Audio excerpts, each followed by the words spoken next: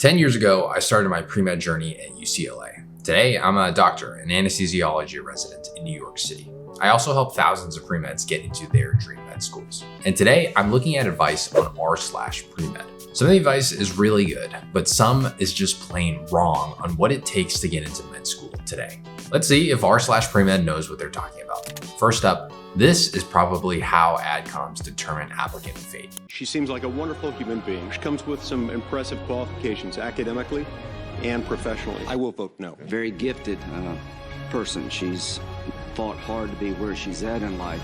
I'll vote no. I'm the first time I've ever voted against any Supreme. So this is really funny and there's a lot of truth here. It speaks to how medical school admissions can feel like a black box. Of course, admissions practices are different at different schools, but we did make a video with Dean White, who headed admissions for 20 plus years at the University of Minnesota and Johns Hopkins University.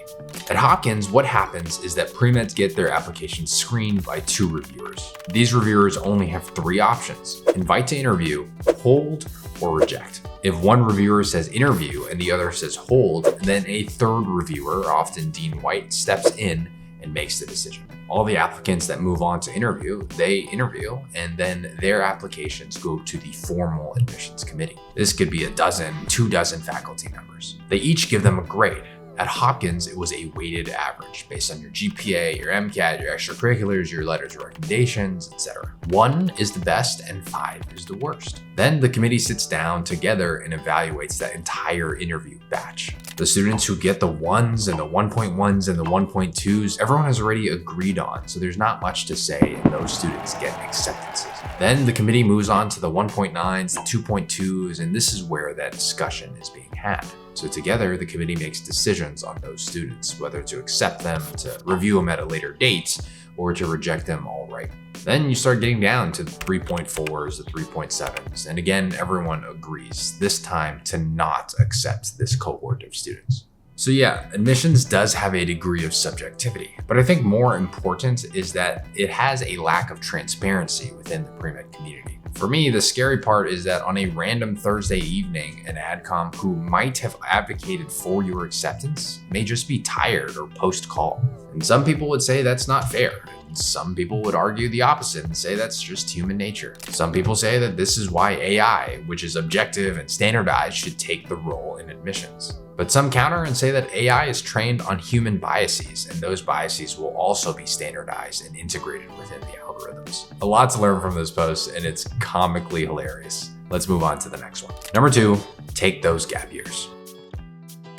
I didn't take any gap years, and truthfully, I don't regret it. I felt ready to start medical school after graduating college. That doesn't mean it's the right decision though. My partner took 2 gap years. She enjoyed adult life, spent 2 precious years with her family, and she built a competitive application that earned her a top 20 med school acceptance, where she's now attending debt-free. Some people argue that taking gap years are $500,000 opportunity costs. I'd argue that she earned a ton of money not going into $300,000 of debt that compounds over decades. Here's another gap year post that offers a slightly different focus. People have the wrong feeling about gap years. What this Redditor gets wrong is that it's not the norm today to earn a 3.95 plus and a 520 plus. In fact, in 2024, the average for matriculants was a 3.79, 512. What this Redditor does get right is that yes, medical school admissions is getting insanely competitive year over year. 6 years ago, when I applied, I earned multiple interviews, like at Johns Hopkins, the number 2 program in the country, and multiple acceptances, like at UCLA, the then number 6 program in the country. Today, with that same application, I'd be honestly nervous. I wouldn't be surprised if top med schools saw other pre-meds with similar, if not better stats, with stronger community work, stronger teaching and mentorship experiences, which were the core of my application. My position 10 years ago and my position today has not changed. And that is to plan to not take a gap year. If you decide that ultimately that you want to, for whatever reason, then you have the agency to do so and your application is ahead of schedule. I find that there are many pre-meds who don't want to take a gap year, but when the application season rolls around, they're forced to take one because they're not as competitive as they would have liked to be. Being forced to take time off is far less fun. Next, we're going to talk about whether your choice of med school matters. And this is coming from a fourth-year med student who just matched into a competitive surgical subspecialty. But before that, if I were applying to medical school today, I'd want to be in that 1.1, 1.2 group. That way, there's no question and I won't get stuck in that AdCom purgatory. The best way to do that is to look at real accepted medical school applications. And we have 8 full AMCAS applications that have gotten accepted into the best programs in the country. Over 13,500 Premeds are part of our community. To join, click the application database link in the description box below now. Number 3, post-match advice from an MS4. Your med school choice matters. Oof. So I totally agree with this post. Where you go to med school matters, especially for premeds who want to go into a competitive specialty in a competitive metropolitan city. I am from Los Angeles and I applied into anesthesiology, which this year saw 40% of medical students not match. And the percent that did match in Los Angeles, where my family is, or New York City, where my partner lives, is exceedingly low. For context, these are graduating doctors, MDs and DOs, who do not have a residency slot next year. And I'm sure it's even worse in specialties like orthopedics, dermatology, plastics, neurosurgery, etc. To be fair, not every premed wants to match into a competitive specialty in San Francisco, but you may not know what you want to do in 4 years. 4 years ago, you were graduating high school. If you were anything like me, you were drinking boba twice a day and playing League of Legends until 3 a.m. at night. 4 years is a long time. Now, if you're accepted to med schools that have lower prestige, you're not cooked. But if you fought to build a competitive application that has earned multiple acceptances, one thing to always consider is how well that school matches. Student Doctor Network has a thread with all the publicly available match lists, so browse those if you are interested. Number 4, so much gatekeeping from pre-med advisors.